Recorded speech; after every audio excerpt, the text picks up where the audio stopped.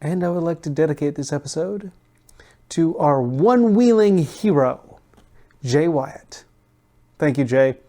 I hope you come with us on this trip.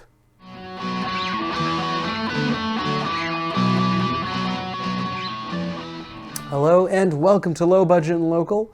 Today, we're going to change it up a little bit. I am doing this show a little bit more interactive, and what I mean by that is I'm thinking about taking a local road trip to the Olympic Peninsula, to the parks, to see what I can see. And I want to ask you where I should go.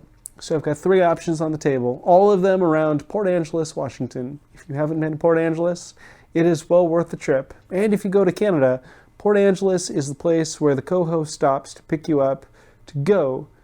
But around there, I have three options. I have Hurricane Ridge, Obstruction Point, and the Breakwater, just outside of town.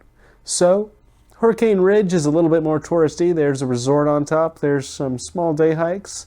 And in the winter, there's skiing, snowshoeing, and sledding. But on the road to Hurricane Ridge, in fact, a little bit off, is Obstruction Point. There are a number of hikes. Now, this one is a little bit more isolated, so please use common sense and don't do anything stupid. Both those hikes, both of those places, I should say, are open air, unobstructed view of the surrounding mountains, and in the case of Obstruction Point, beautiful hiking. Now, because we're in the fall, it's probably a little bit colder up there. You want to check on road conditions, but with fall colors, it is well worth a trip. So I have those two on the table. Now, if you think that I should stay a little bit closer to sea level, there's the Breakwater just outside of town, just outside of Port Angeles. Here's what makes the Breakwater interesting. At the end, there's a Coast Guard station, which is closed to the public. But on the way there are 2 lanes and a bike lane.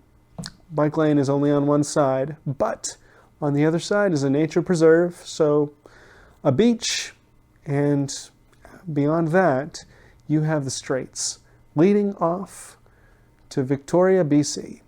And on a clear day, you have an unobstructed view. The Breakwater itself is only a couple miles long, so do not take a car. You want to park your car well before that and use a bicycle, a skateboard, a scooter. I know we have some viewers out there that one-wheel. You know who you are.